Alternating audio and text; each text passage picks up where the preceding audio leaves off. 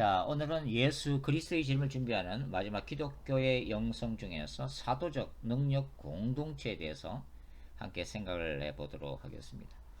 요한계시록 11장에 기록되어 있는 두 증인, 바로 마지막 기독교의 모습인데요. 이들은 모세와 엘리야의 능력으로 사역하는 마지막 두 선지자라고 요한은 기록을 해놓고 있습니다. 이들은 마지막 때 영혼들을 깨우는 회개 메시지를 전하는 사람들이죠. 바로 예수 그리스도의 재림을 준비하는 공동체의 한 모델을 보여주고 있습니다. 오늘 특별히 사도적 능력 공동체를 생각하면서 스피리추얼 베프티즘, 성령 세례에 대해서 잠깐 생각을 해보도록 하죠. 이 두 증인 공동체, 마지막 기독교의 능력을 부여해 주시는 바로 원천으로서의 성령에 대한 이해는 대단히 중요하다고 말씀을 드릴 수가 있습니다. 이미 제가 앞에서 몇 번 반복해서 언급한 바가 있는데요. 바로 사도행전 2장의 오순절 사건, 마가의 다락방에 임했던 120명의 제자들에게 성령이 임했던 사건은 구약의 어떤 연서의 성취라고 말씀을 드렸죠? 그렇습니다. 바로 요엘 2장 28절부터 32절에 기록되어 있는 바로 이 연서의 1차적인 성취라고 말씀을 드렸습니다. 이러한 그 연서의 성취는 바로 예수 그리스도의 재림 직전에 나타날 두 증인에게, 그리고 두 증인의 영성을 가진 종말론적 교회 공동체, 마지막 기독교에서도 반복적으로 일어날 것이라고 저는 생각을 하고 있습니다. 이 두 증인 교회 공동체는 바로 1세기 사도적 초대 교회의 개성자라고 할 수가 있죠. 두 증인은 바로 초대 교회의 사도들을 종말론적으로 계승을 하고 있습니다. 요한계시록의 저자인 요한은 사도행전 2장에 기록되어 있는 오순절 사건을 직접 경험한 12사도 중에 한 명입니다. 이러한 요한이 계시록 11장의 두 증인에 대해서 두 선지자라고 호칭을 하고 있죠. 요한계시록 11장 10절에 기록이 되어 있습니다.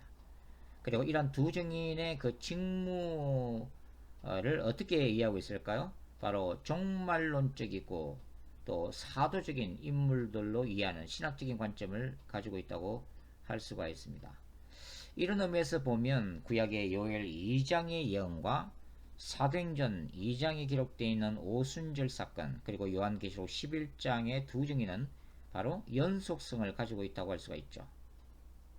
자, 요엘 2장에 기록되어 있는 야훼의 날은 어떤 날이라고 그랬어요? 남유다 및 예루살렘의 대적들을 심판하시는 날입니다. 그룩한 전쟁 신학적 관점에서 보면 바로 이 야훼의 날은 무슨 날이죠? 예수 그리스도의 재림의 날입니다. 그리고 예수 그리스도의 재림의 날에 무슨 일이 나죠? 바로 대적인 엄녀 바벨론, 적 그리스도, 거짓 선지자, 용인 사탄, 그리고 세상의 권력자들인 열불, 열왕, 그리고 그를 추종하는 바로 제약된 세상 불신자들을 심판하시는 예수 그리스도의 종말론적인 날입니다. 그래서 이 요엘 2장 28절부터 29절은 오순절 사건뿐만 아니라 종말이 완전히 완성되는 날인 예수 그리스도 재림 직전에 등장할 두 증인 공동체도 그대로 적용이 되고 있다고 하는 거죠. 두 증인 공동체, 종말론적인 교회 공동체, 마지막 기독교는 교회가 시작되는 사도적 초대 교회와는 달리 바로 주 예수님의 재림을 준비하는 마지막 때의 교회, 마지막 기독교의 이미지를 나타내고 있음을 우리가 기억할 필요가 있습니다. 자, 초대 교회가 하나님의 나라를 어떤 방식으로 확장했죠? 바로 성령의 권능으로 확장했다고 할 수가 있죠. 그렇다면 야훼 하나님의 종말론적인 전쟁을 수행해야 될 마지막 시대의 교회들도 동일하게 뭐가 필요한 겁니까? 바로 성령의 권능이 필요하다는 거죠. 하늘로부터 오는 능력이 필요하다는 것입니다. 성령의 불이 필요하다고 하는 거죠. 왜냐하면 우리의 힘으로, 인간의 힘으로, 지식으로, 능력으로, 신학으로는 도무지 하나님의 나라를 마지막 때에 확장시킬 수도 없고 예수님의 재림을 준비할 수도 없기 때문입니다. 이런 하늘의 능력은 바로 성령의 불과 같은 능력적인 세를 통해서 부어지게 되죠. 그러니까 요한계시록 11장 5절에 두 증인의 입에서 나오는 불이나 요한계시록 11장 6절에서 우리가 보는 바와 같이 모세와 엘리야를 두 증인이 수행하고 있다는 것은 바로 이러한 성령의 불의 세를 통해서 주어진 것으로 추정할 수가 있다고 하는 것입니다. 그래서 이 두 증인 교회 공동체에 있어서 성령의 능력과 은사를 위한 성령 세례의 개념과 기름 부으심의 신학은 굉장히 중요한 특징 중의 하나로 자리를 잡고 있다는 것을 우리가 알 수가 있죠. 근데 우리가 여기서 동시에 기억해야 할 것이 있습니다. 성경에서 성령 세례라고 할 때 이 스피리추얼 베프티즘은 오직 하늘로부터 오는 능력, 은사, 성령의 기름 부으심만을 의미하는 것은 아니라고 하는 거죠. 자, 사도 요한은 사도 바울의 가르침들과 바울 서신들을 잘 알고 있었습니다. 요한계시록은 바울 서신이 기록되었던 주 50년경부터 주 65년 사이보다 훨씬 이후에 기록되었다고 보기 때문이죠. 도미티안 황제 시대로 보기 때문에 주 95년, 96년경에 요한계시록은 기록이 되었습니다. 바울은 그의 서신서를 통해서 성령께서 일하시는 두 가지 방식을 기록을 해놓고 있죠. 즉 내적인 역사, 즉 성령께서 신자의 내면 세계에서 예수 그리스도를 닮아가도록 성화의 삶을 살아가도록 인도하시고 도와주시는 그런 역할들을 수행하고 있다고 하는 거죠. 그리고 외적인 사역이 있습니다. 그것은 바로 성령의 능력과 권능을 부어주시는 사역이라고 하는 것이죠. 자, 우리가 로마서 15장을 읽어보시면 17절부터 19절에 뭐가 기록되어 있어요? 바로 바울의 고백이 기록되어 있죠. 바울은 무슨 고백하고 있어요? 예루살렘부터 일루리군까지 바울이 복음을 편만하게 전하는 것은 뭐 때문이라고요? 바울의 신앙? 아닙니다. 바울의 능력? 아닙니다. 바울의 경험? 아닙니다. 오직 성령의 능력이라고 기록을 해놓고 있다고 하는 거죠. 즉 바울 안에서 성령께서 행하신 기사와 표적 때문에 복음을 땅끝까지 전할 수 있었다고 명백하게 기록을 해놓고 있습니다. 따라서 이 하나님이 부어주시는 은사와 능력을 위한 성령의 불세례 개념은 마지막 때의 영혼 추수 운동과 관련해서 대단히 중요한 선교적 의미를 가지고 있다고 하는 거예요. 동시에 뭐라고요? 바울의 신학, 특히 성령 세례에 대한 그의 가르침은 성령을 통한 구원과 중생, 거듭남과 관련된 또 가르침임을 우리가 이해를 해야 한다고 하는 것입니다.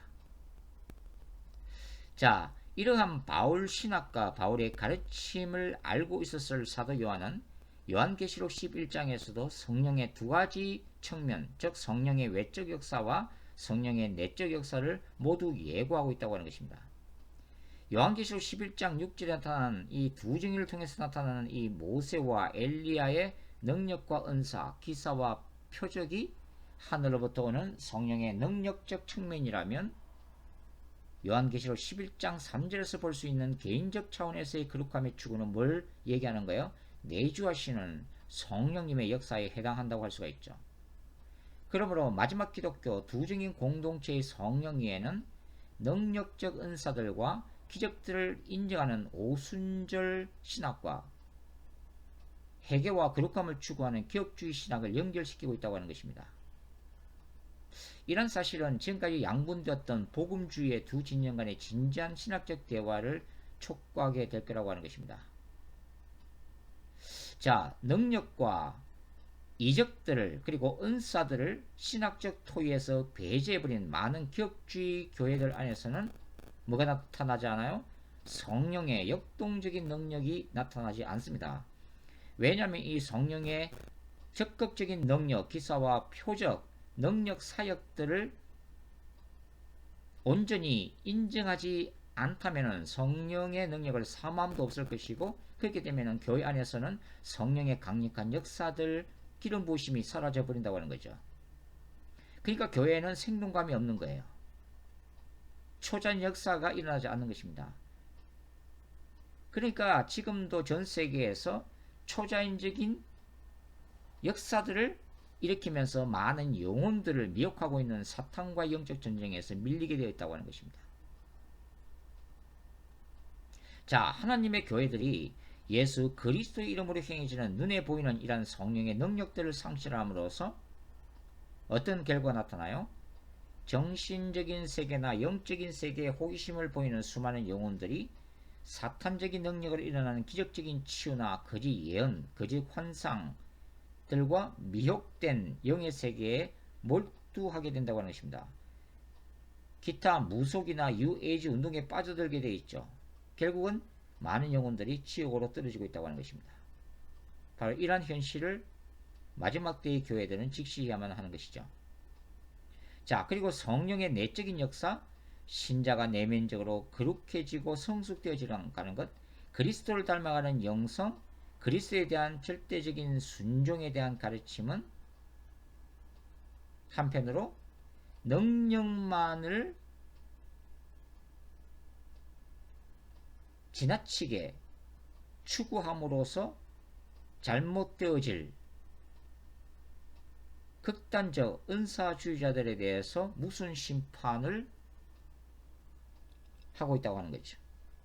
자, 마태복음 7장 22절과 23절을 읽어보겠습니다. 그날에 많은 사람이 내게 말하기를 주여 주여 우리가 주의 이름으로 대언하지 아니하였나이까? 주의 이름으로 마귀들을 내쫓지 아니하였나이까? 주의 이름으로 많은 놀라운 일을 행하지 아니하였나이까리니 그때 내가 그들에게 밝히 말하되 내가 너희를 도무지 알지 못하였으니 불법을 행하는 자들아 내게서 떠나가라 하리라.